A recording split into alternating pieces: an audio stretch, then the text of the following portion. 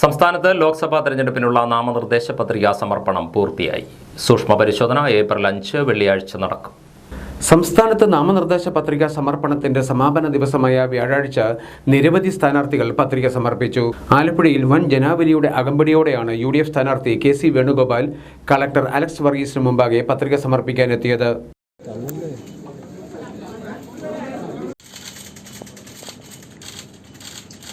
നേതാക്കളായ Ramesh Chennithala, advocate M. Liju, A. Shukoor തുടങ്ങിയവരും പത്രികാ സമർപ്പണ വേളയിൽ സന്നിഹിതരായിരുന്നു. നിരവധി പ്രവർത്തകരുടെയും നേതാക്കളുടെയും അകമ്പടിയോടെയാണ് ആലപ്പുഴ മണ്ഡലത്തിലെ LDF സ്ഥാനാർത്ഥി AM ആരിഫ് പത്രിക സമർപ്പിക്കാൻ കളക്ടറേറ്റിലെത്തിയത്.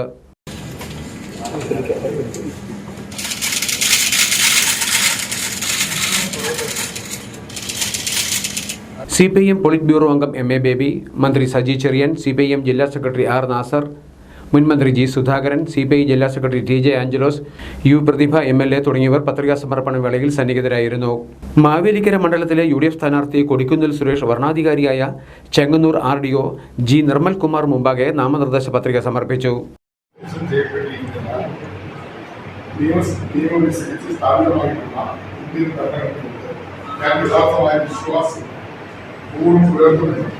ഇന്ത്യയുടെ പരമാധികാരം അഖണ്ഡതയും ഞാൻ നിലനിർത്തുന്നു. കേന്ദ്ര ഇലക്ഷൻ കമ്മിറ്റി ഓഫീസിൽ നിന്ന് നൂറുകണക്കിന് പ്രവർത്തകരോടൊപ്പം പ്രകടനമായാണ് കൊടിക്കുന്നിൽ പത്രികാ സമർപ്പണത്തിനെത്തിയത്. നേതാക്കളായ P. Rajendra Prasad, M. Murali, AB Kuriakose, കോശിയം Koshy എന്നിവരുടെ സാന്നിധ്യത്തിലായിരുന്നു കൊടിക്കുന്നിൽ സുരേഷിന്റെ പത്രികാ സമർപ്പണം. മാവേലിക്കര ലോക്സഭാ മണ്ഡലത്തിലെ NDA സ്ഥാനാർത്ഥി ബൈജു കലാശാല ചെങ്ങന്നൂർ RDO മുമ്പാകെ നാമനിർദ്ദേശ പത്രിക സമർപ്പിച്ചു.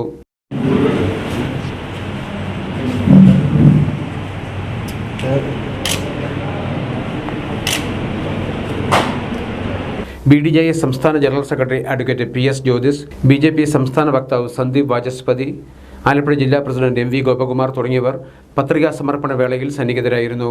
പത്രികകളുടെ സൂക്ഷ്മ പരിശോധന ഏപ്രിൽ 5 വെള്ളിയാഴ്ച നടക്കും. ഏപ്രിൽ 8-നാണ് പത്രിക പിൻവലിക്കാനുള്ള അവസാന തീയതി. ഏപ്രിൽ 26-ന് വോട്ടെടുപ്പും ജൂൺ 4-ന് വോട്ടെണ്ണലും നടക്കും.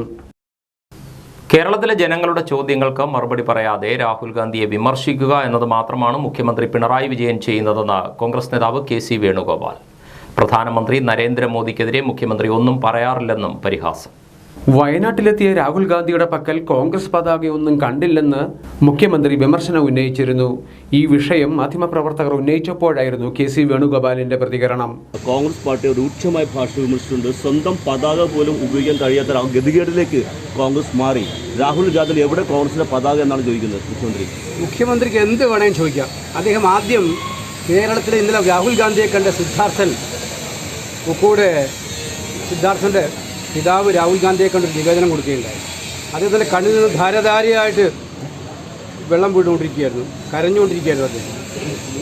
അദ്ദേഹത്തിൻ്റെ പോലെയുള്ള നിരവധി ആളുടെ പ്രശ്നത്തിന് മറുപടി ആദ്യം മുഖ്യമന്ത്രി പറയട്ടെ. സിദ്ധാർത്ഥൻ്റെ അച്ഛൻ പറയുന്നത് എന്തുകൊണ്ട് CBI അന്വേഷണം വൈകിപ്പിച്ചു, എന്തുകൊണ്ട് പോലീസ് ഇക്കാര്യത്തിൽ സിദ്ധാർത്ഥൻ്റെ കൊലപാതകികളെ സംരക്ഷിക്കാൻ ശ്രമിച്ചു. കേരള മനസ്സാക്ഷി ചോദിക്കുന്ന ഇത്തരം ചോദ്യങ്ങൾക്ക് ആദ്യം മുഖ്യമന്ത്രി പറയാതെ മുഖ്യമന്ത്രിയുടെ ഒറ്റ പരിപാടിയേ ഉള്ളൂ, രാഹുൽ ഗാന്ധിയെ വിമർശിക്കുക. മോഡിയെക്കുറിച്ച് അക്ഷരം പറയാൻ അദ്ദേഹത്തിന് പറ്റില്ല. അദ്ദേഹത്തിന് ഒറ്റ അജണ്ട, രാഹുൽ ഗാന്ധി സ്വാഗതം, മുഖ്യമന്ത്രി രാഹുൽ ഗാന്ധിയെ വിമർശിക്കട്ടെ, ഞങ്ങൾ സ്വാഗതം ചെയ്യുകയാണ്. ആലപ്പുഴ കളക്ട്രേറ്റിൽ നാമനിർദ്ദേശ പത്രിക സമർപ്പിക്കാൻ എത്തിയപ്പോഴായിരുന്നു മാധ്യമപ്രവർത്തകർ KC വേണുഗോപാലിന്റെ പ്രതികരണം ആരാഞ്ഞത്. ലോക്സഭാ തെരഞ്ഞെടുപ്പുമായി ബന്ധപ്പെട്ട് കോട്ടയം ജില്ലയിലെ പോളിംഗ് ഉദ്യോഗസ്ഥർക്കുള്ള ആദ്യഘട്ട പരിശീലനം ആരംഭിച്ചു.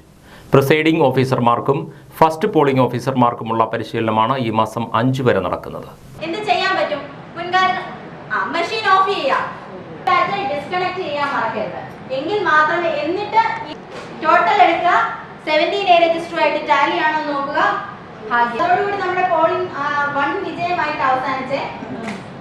നമ്മൾ ഈ കണക്ഷൻസ് പറഞ്ഞായിരുന്നോ? കൺട്രോൾ ഇതിലേക്ക് നമ്മൾ എന്താണ് കണക്ട് ചെയ്യുന്നത്? VVPAT-ന്റെ ഈ VVPAT-ൽ നിന്ന് വെബ്കോയാണ് ഓർത്താൽ മതി. VVPAT-ൽ നിന്ന് ബാക്ക് സൈഡിൽ കണക്ഷൻ മനസ്സിലായോ? കൺട്രോൾ യൂണിറ്റ് ഇൻഡിപെൻഡന്റ് ആണ്. അതെല്ലാം രാവിലെ 10 മുതൽ 1 മണി വരെയും 2 മുതൽ 5 വരെയുമുള്ള 2 ബാച്ചുകളിലായാണ് പരിശീലനം. 50 ഉദ്യോഗസ്ഥർ വീതമുള്ള ബാച്ചുകളായി തിരിച്ച് 9 നിയോജക മണ്ഡലങ്ങളിലായിട്ടാണ് പരിശീലനം നടക്കുന്നത്. കോട്ടയം നിയോജക മണ്ഡലത്തിലെ ഉദ്യോഗസ്ഥർക്കുള്ള പരിശീലനം നടക്കുന്ന CMS കോളേജിൽ ജില്ലാ തെരഞ്ഞെടുപ്പ് ഓഫീസറായ ജില്ലാ കളക്ടർ വി വിഘ്നേശ്വരി പരിശീലന പരിപാടി ഉദ്ഘാടനം ചെയ്തു. ആദ്യഘട്ട റാൻഡമൈസേഷനിലൂടെ 9396 ജീവനക്കാരെയാണ് ജില്ലയിലെ 9 നിയമസഭാ മണ്ഡലങ്ങളിലായി പോളിംഗ് ഡ്യൂട്ടിക്ക് നിയോഗിച്ചത്.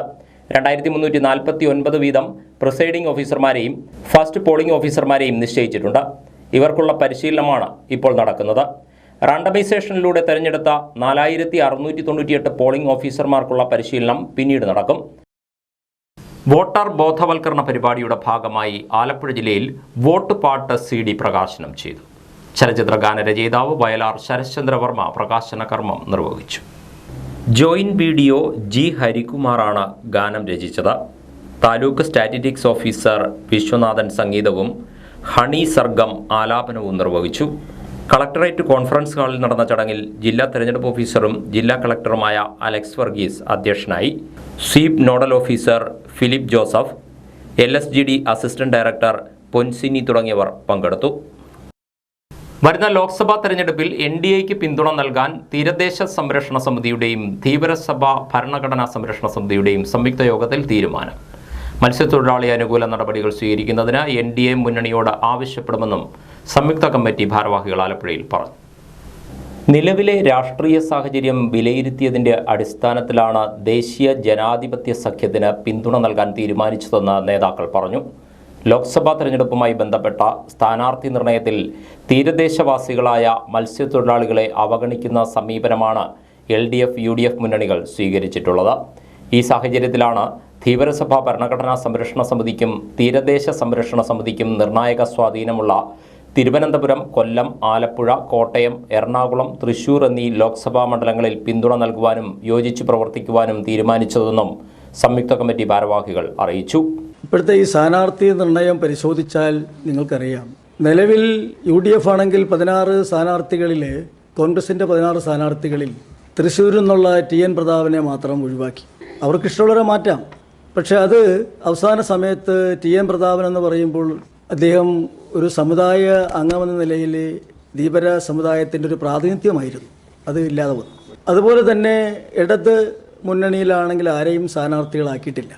പിന്നെ NDA മുന്നണി, BJP നേതൃത്വം കൊടുക്കുന്ന NDA മുന്നണിയിൽ അവർ ഡോക്ടർ KS രാധാകൃഷ്ണനെ കഴിഞ്ഞ തിരഞ്ഞെടുപ്പിൽ ആലപ്പുഴയിൽ സ്ഥാനാർത്ഥിയായിരുന്നു. അന്ന് അദ്ദേഹം 1,87,000 വോട്ട് അദ്ദേഹം പിടിച്ചു. ഇപ്പോൾ അദ്ദേഹത്തെ എറണാകുളം ജില്ലയിൽ എറണാകുളം പാർലമെൻറ്റ് മണ്ഡലത്തിലെ സ്ഥാനാർത്ഥിയായിട്ട് പ്രഖ്യാപിച്ചിട്ടുണ്ട്. അപ്പോൾ ഇത്തരം കാര്യങ്ങൾ ഞങ്ങൾ പരിശോധിച്ചു, ഞങ്ങളുടെ കമ്മിറ്റി കഴിഞ്ഞ ദിവസം കൂടിയിട്ട്. അപ്പോൾ ഈ സാഹചര്യത്തിൽ ദേശീയ ജനാധിപത്യ മുന്നണിക്ക് പിന്തുണ കൊടുക്കുവാൻ തീരുമാനിച്ചു. അങ്ങനെയാണ് ഞങ്ങൾ കഴിഞ്ഞ മീറ്റിംഗ് ഒരു തീരുമാനമെടുക്കുകയും ഇന്ന് ഒരു പത്രസമ്മേളനം നടത്തി എല്ലാവരെയും അറിയിക്കുവാൻ ഞങ്ങൾ ആഗ്രഹിക്കുകയാണ്.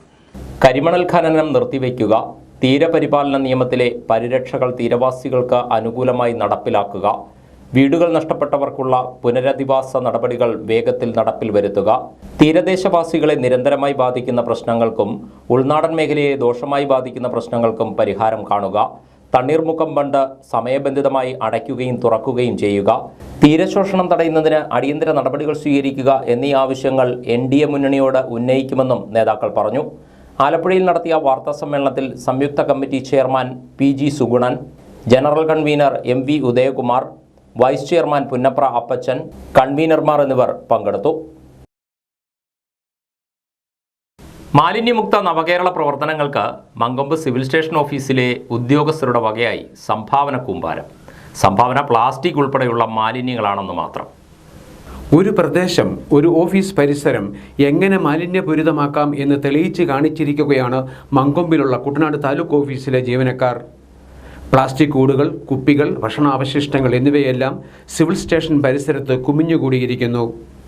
സിവിൽ സ്റ്റേഷനിലെ വിവിധ ഓഫീസുകളിലെ ജീവനക്കാരാണ് ഇതിൻ്റെ പിന്നിലെന്ന് ചമ്പക്കുളം പഞ്ചായത്ത് പ്രസിഡന്റ് TG ജലജകുമാരി ഉൾപ്പെടെയുള്ളവർ KCV ന്യൂസ് പ്രതിനിധിയോട് പറഞ്ഞു.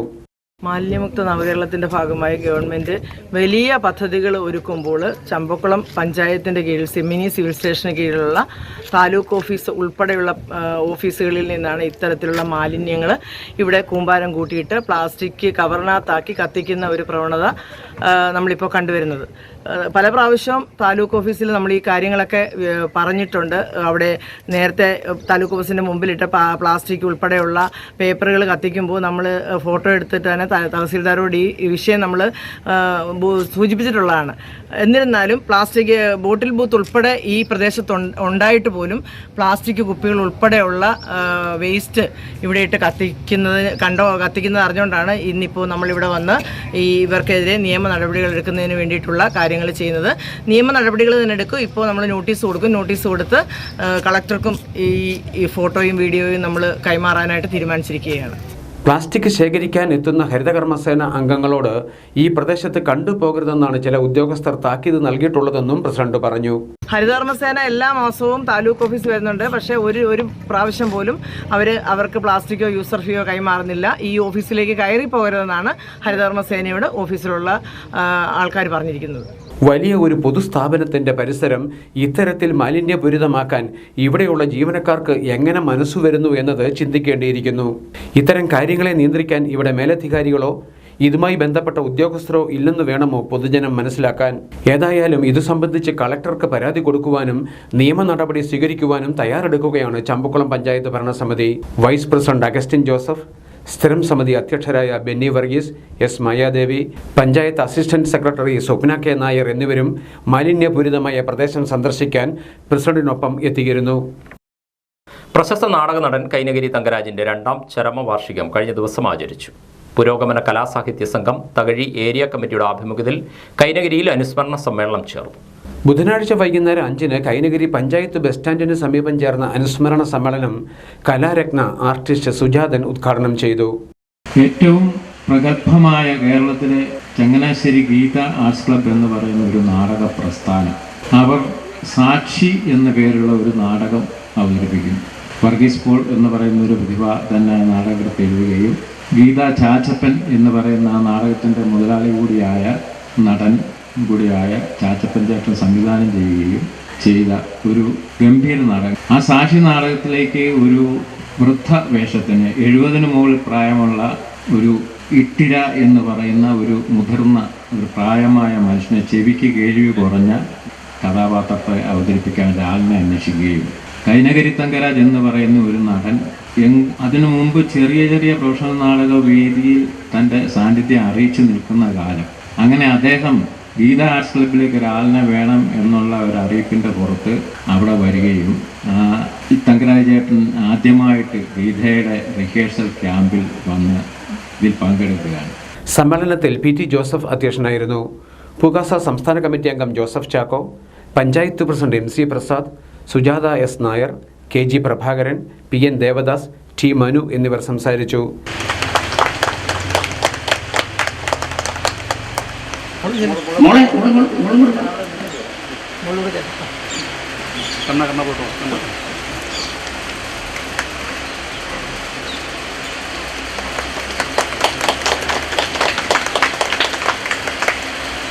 നാടകരംഗത്തെ പ്രതിഭകളായ AR രാജേഷ് കൈനഗിരി, ഗിരീഷ് ചമ്പക്കുളം, സുനിൽദാസ് പുല്ലങ്ങടി, B കൃഷ്ണകുമാർ എന്നിവരെ ചടങ്ങിൽ ആദരിച്ചു. നെടുമുടിയിലെ റിസോർട്ട് ജീവനക്കാരിയെ കൊലപ്പെടുത്തിയ കേസിൽ കൂടുതൽ വിവരങ്ങൾ പുറത്ത്. പ്രതി സഹ അലിയെ കോടതിയിൽ ഹാജരാക്കി.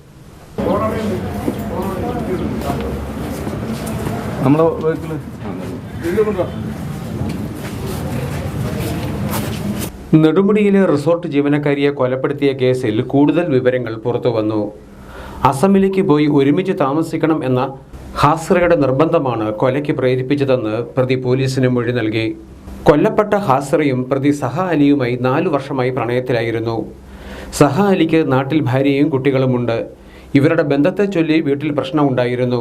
അസാമിലേക്ക് കൊണ്ടുപോകാം എന്ന് പറഞ്ഞാണ് സഹ അലി ചൊവ്വാഴ്ച രാത്രി റിസോർട്ടിലെത്തിയത്. ഇതിനായി ഹാസ്ര ബാഗെല്ലാം പാക്ക് ചെയ്തിരുന്നു. എന്നാൽ കൊല നടത്തി സഹ അലി രക്ഷപ്പെടുകയായിരുന്നുവെന്ന് പോലീസ് പറയുന്നു.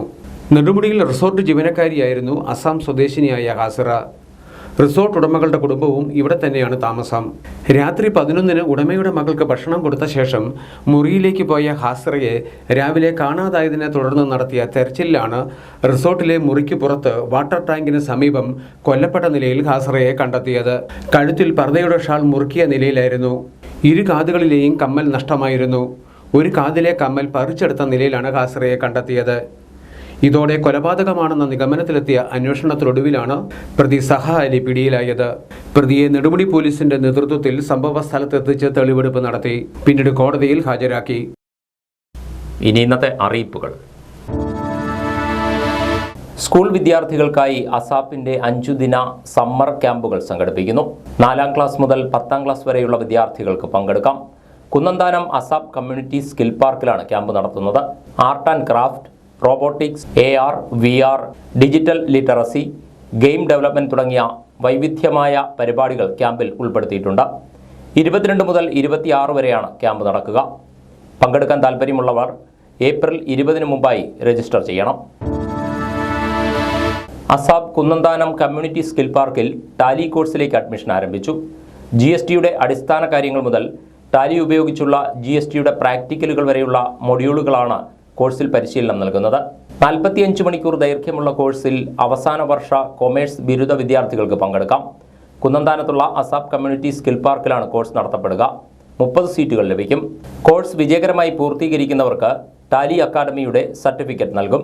കൂടുതൽ വിവരങ്ങൾക്ക് 6253732523 എന്ന നമ്പറിലോ 799449798 എന്ന നമ്പറിലോ ബന്ധപ്പെടാവുന്നതാണ്. അടൂർ കെൽട്രോൺ നോളജ് സെന്ററിൽ logistic and supply chain management, computer hardware and network maintenance with gadget technologies കോഴ്സുകളുടെ പുതിയ ബാച്ചിലേക്ക് അഡ്മിഷൻ ആരംഭിച്ചു. PG DCA, DCA, word processing and data entry, office automation, Tally എന്നീ കോഴ്സുകളിലേക്കും അഡ്മിഷൻ തുടങ്ങിയിട്ടുണ്ട്. കൂടുതൽ വിവരങ്ങൾക്ക് 8547632016 എന്ന നമ്പറിൽ ബന്ധപ്പെടുക. പാൽപ്പായസത്തിന്റെ മധുരവുമായി അമ്പലപ്പുഴ ഉണ്ണിക്കണ്ണന്റെ തിരുനടയിൽ ചരിത്രപ്രസിദ്ധമായ നാടകശാല സദ്യ നടന്നു. ക്ഷേത്രത്തിലെ 9ാം ഉത്സവ ദിനമായ ബുധനാഴ്ച ഉച്ചയ്ക്കാണ് ലോകപ്രശസ്തി ആർജിച്ച മാധുര്യമേറിയ ഈ ചടങ്ങ് നടന്നത്. അമ്പലപ്പുഴ പാൽപ്പായസം ഉൾപ്പെടെ 40ലധികം വിഭവങ്ങളാണ് നാടകശാല സദ്യയ്ക്ക് തൂശനിലയിൽ വിളമ്പിയത്. 5 തരം പായസവും പഴവർഗ്ഗങ്ങളുമടക്കം ഇലയിൽ വിളമ്പി. നാടിൻ്റെ നാനാഭാഗങ്ങളിൽ നിന്നായി 10,000ങ്ങളാണ് ശ്രീകൃഷ്ണ സന്നിധിയിലെ ചടങ്ങിൽ പങ്കുകൊള്ളാനെത്തിയത്. കൃഷ്ണഭക്തനായ വില്ലോമംഗലം സ്വാമിയാരും കൃഷ്ണനും തമ്മിലുള്ള ബന്ധമാണ് പ്രസിദ്ധമായ നാടകശാല സദ്യയുടെ ഐതിഹ്യത്തിന് പിന്നിലുള്ളത്. നാടകശാലയിൽ വലിയ പപ്പടവും പഴക്കുലയും തൂക്കിയതോടെ ചടങ്ങുകൾ ആരംഭിച്ചു. ദേവസ്വം ബോർഡ് അംഗം അജിത് മുഖ്യാതിഥിയായിരുന്നു.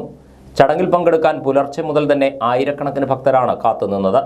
നാടകശാല സദ്യയിൽ പങ്കെടുത്തവർ പിന്നീട് വഞ്ചിപ്പാട്ടും പാടി പടിഞ്ഞാറേ നടയിലെ പുത്തൻകുളത്തെത്തി.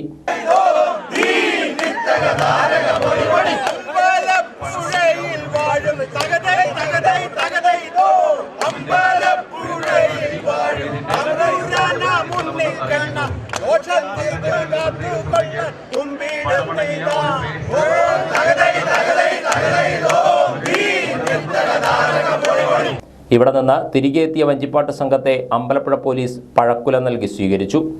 തിരുനടയിലെത്തി വഞ്ചിപ്പാട്ട് പാടിയതോടെ ചടങ്ങുകൾ സമാപിച്ചു. കാലമേറെ കഴിഞ്ഞിട്ടും ഇന്നും ക്ഷേത്രത്തിലെ ഈ ചടങ്ങ് പരമ്പരാഗതമായി തുടരുകയാണ്. അമ്പലപ്പുഴ എന്ന ദേശത്തിന്റെ പേരും പെരുമയും ഉയർത്തുന്ന ഒരു പ്രധാന ചടങ്ങ് കൂടിയാണ് ക്ഷേത്രത്തിൽ 9ാം ഉത്സവ ദിവസം നടക്കുന്ന നാടകശാല സദ്യ. ആലപ്പുഴ, കോട്ടയം, പത്തനംതിട്ട ജില്ലകളിലെ വാർത്തകൾക്കും ലൈവ് പ്രോഗ്രാമുകൾക്കുമായി മാന്യപ്രേക്ഷകർ കുട്ടനാട് കേബിൾ വിഷൻ എന്ന ഞങ്ങളുടെ യൂട്യൂബ് ചാനൽ സബ്സ്ക്രൈബ് ചെയ്യുക. ഇനി ഇന്നത്തെ സ്വർണ്ണവില. ഇന്നത്തെ സ്വർണ്ണവില നിങ്ങൾക്കായി സമർപ്പിക്കുന്നു സ്വപ്ന ജ്വല്ലറി. അഴകേറും സ്വപ്നങ്ങൾക്ക് നിറവേകും സ്വപ്ന ജ്വല്ലറി, ചങ്ങനാശ്ശേരി. സ്വർണം ഗ്രാമിന് 6445 രൂപ, പവന് 51,560 രൂപ.